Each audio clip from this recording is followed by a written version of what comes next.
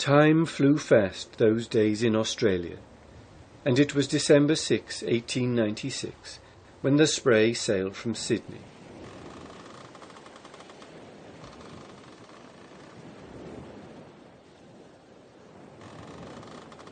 My intention was now to sail around Cape Lewin, direct for Mauritius on my way home, and so I coasted along toward Bass Strait in that direction. There was little to report on this part of the voyage, except changeable winds, busters and rough seas. The 12th of December, however, was an exceptional day, with a fine coast wind northeast. The Spray, early in the morning, passed Twofold Bay, and later Cape Bunduro, in a smooth sea with land close aboard. The lighthouse on the cape dipped a flag to the Spray's flag, and children on the balconies of a cottage near the shore waved handkerchiefs as she passed by. There were only a few people all told on the shore, but the scene was a happy one. I saw festoons of evergreen in token of Christmas near at hand. I saluted the merrymakers, wishing them a Merry Christmas, and could hear them say, "I wish you the same."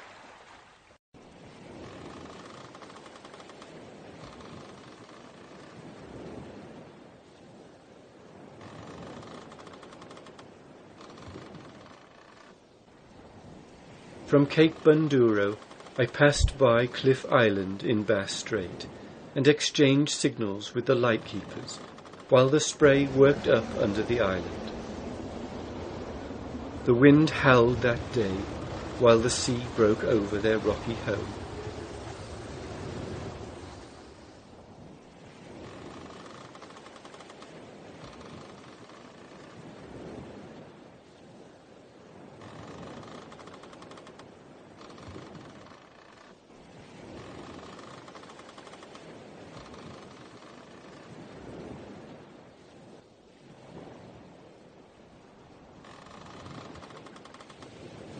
A few days later, December 17, the Spray came in close under Wilson's promontory, again seeking shelter. The keeper of the light at that station, Mr. J. Clark, came on board and gave me directions for Waterloo Bay, about 3 miles to leeward, for which I bore up at once, finding good anchorage there in a sandy cove, protected from all westerly and northerly winds.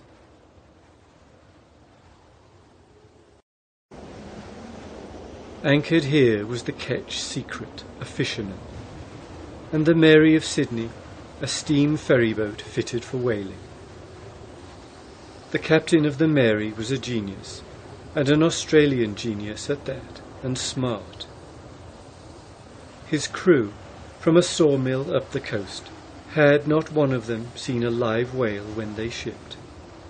But they were boatmen after an Australian's own heart, and the captain had told them that to kill a whale was no more than to kill a rabbit. They believed him, and that settled it. As luck would have it, the very first one they saw on their cruise, although an ugly humpback, was a dead whale in no time, Captain Young, the master of the Mary, killing the monster at a single thrust of a harpoon. It was taken in tow for Sydney, where they put it on exhibition. Nothing but whales interested the crew of the gallant Mary, and they spent most of their time here, gathering fuel along shore for a cruise on the grounds of Tasmania.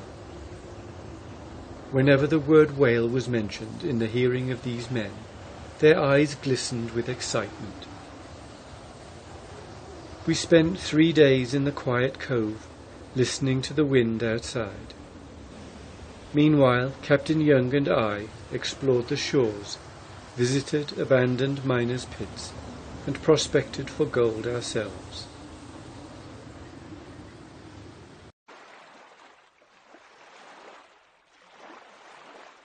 Our vessels, parting company the morning they sailed, stood away like seabirds, each on its own course.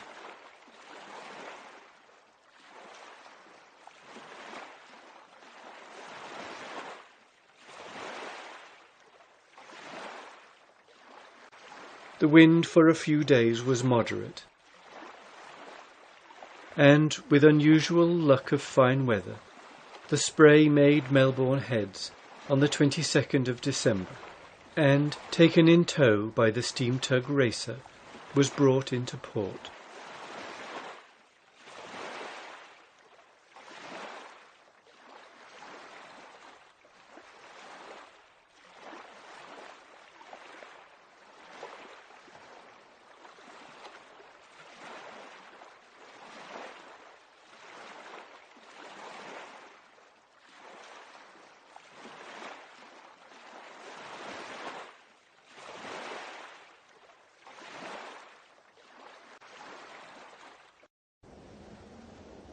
Christmas Day was spent at a berth in the River Yarrow, but I lost little time in shifting to St Kilda, where I spent nearly a month.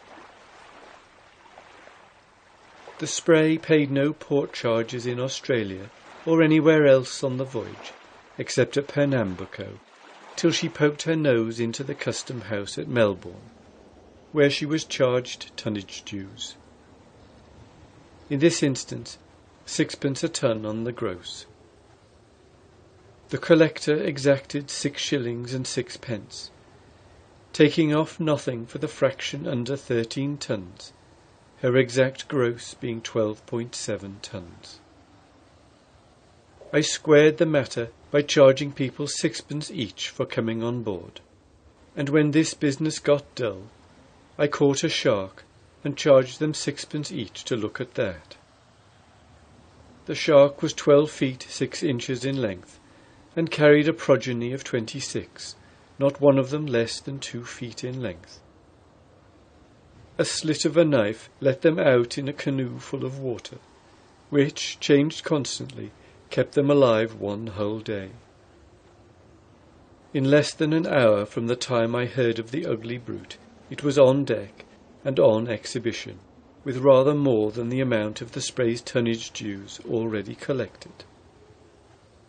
Then I hired a good Irishman, Tom Howard by name, who knew all about sharks, both on the land and in the sea, and could talk about them, to answer questions and lecture.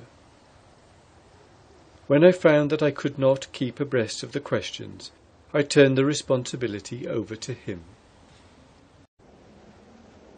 Returning from the bank, where I had been to deposit money early in the day, I found Howard in the midst of a very excited crowd, telling imaginary habits of the fish. It was a good show. The people wished to see it, and it was my wish that they should.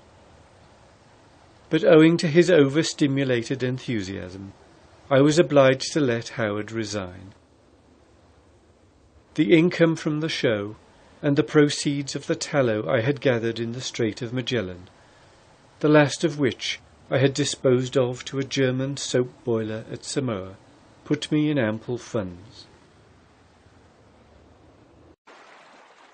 January 24, 1897, found the Spray again in tow of the tug Racer, leaving Hobson's Bay after a pleasant time in Melbourne and St Kilda, which had been protracted by a succession of southwest winds that seemed never ending. In the summer months, that is December, January, February, and sometimes March, east winds are prevalent through Bass Strait and round Cape Lewin. But owing to a vast amount of ice drifting up from the Antarctic, this was all changed now, and emphasized with much bad weather, so much so that I considered it impracticable to pursue the course farther. Therefore, instead of thrashing round cold and stormy Cape Lewin, I decided to spend a pleasanter and more profitable time in Tasmania, waiting for the season for favourable winds through Torres Strait, by way of the Great Barrier Reef, the route I finally decided on. To sail this course would be taking advantage of anticyclones, which never fail, and besides it would give me the chance to put foot on the shores of Tasmania, round which I had sailed years before. I should mention that while I was at Melbourne, there occurred one of those extraordinary storms sometimes called rain of blood, the first of the kind in many years about Australia. The blood came from a fine brick dust matter afloat in the air from the deserts. A rainstorm setting in brought down this dust simply as mud. It fell in such quantities that a bucketful was collected from the sloop's awnings, which were spread at the time. When the wind blew hard, and I was obliged to furl awnings, her sails, unprotected on the booms, got mud-stained from clew to earring.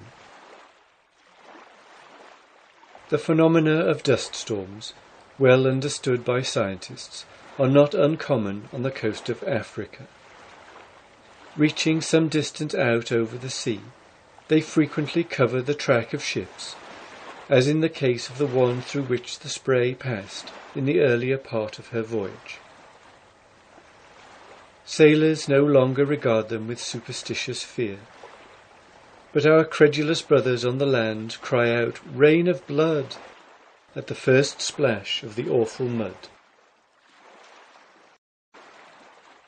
The rip off Port Phillip Heads, a wild place, was rough when the Spray entered Hobson's Bay from the sea, and was rougher when she stood out. But with sea room and under sail, she made good weather immediately after passing it. It was only a few hours' sail to Tasmania across the strait, the wind being fair and blowing hard. I carried the St. Kilda shark along, stuffed with hay, and disposed of it to Professor Porter, the curator of the Victoria Museum at Launceston, which is at the head of the Tamar.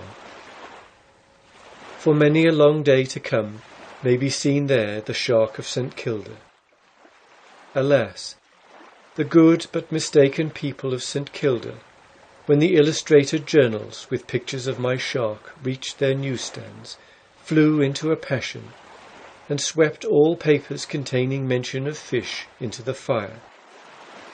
For St. Kilda was a watering place, and the idea of a shark there. But my show went on. The Spray was berthed on the beach at a small jetty at Launceston, while the tide driven in by the gale that brought her up the river was unusually high. And she lay there hard and fast, with not enough water around her at any time after to wet one's feet, till she was ready to sail. Then, to float her, the ground was dug from under her keel. In this snug place I left her in charge of 3 children, while I made journeys among the hills, and rested my bones for the coming voyage on the moss-covered rocks at the gorge hard by, and among the ferns I found wherever I went. My vessel was well taken care of. I never returned without finding that the decks had been washed, and that one of the children, my nearest neighbour's little girl from across the road, was at the gangway attending to visitors, while the others, a brother and sister, sold marine curios such as were in the cargo on ship's account. They were a bright, cheerful crew, and people came a long way to hear them tell the story of the voyage, and of the monsters of the deep the captain had slain.